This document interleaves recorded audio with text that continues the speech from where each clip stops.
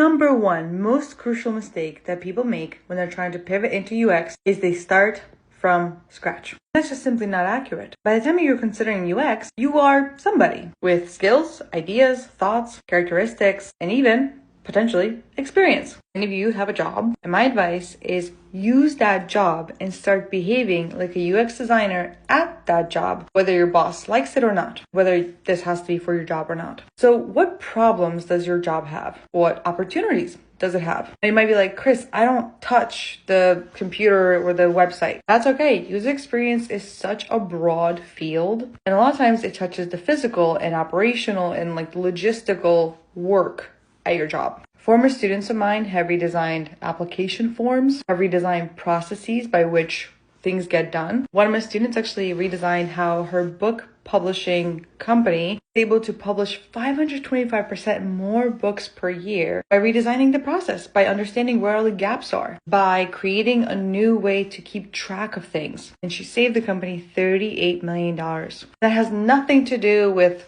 pretty beautiful buttons and colors. It has everything to do with understanding the problem, going through the design thinking process, solving for the problem, testing the solution, iterating, and so on. So if you're a nurse, a therapist, a doctor, a barista, a chef, it doesn't matter what profession you have, you can leverage your experience and look at it from a point of user experience.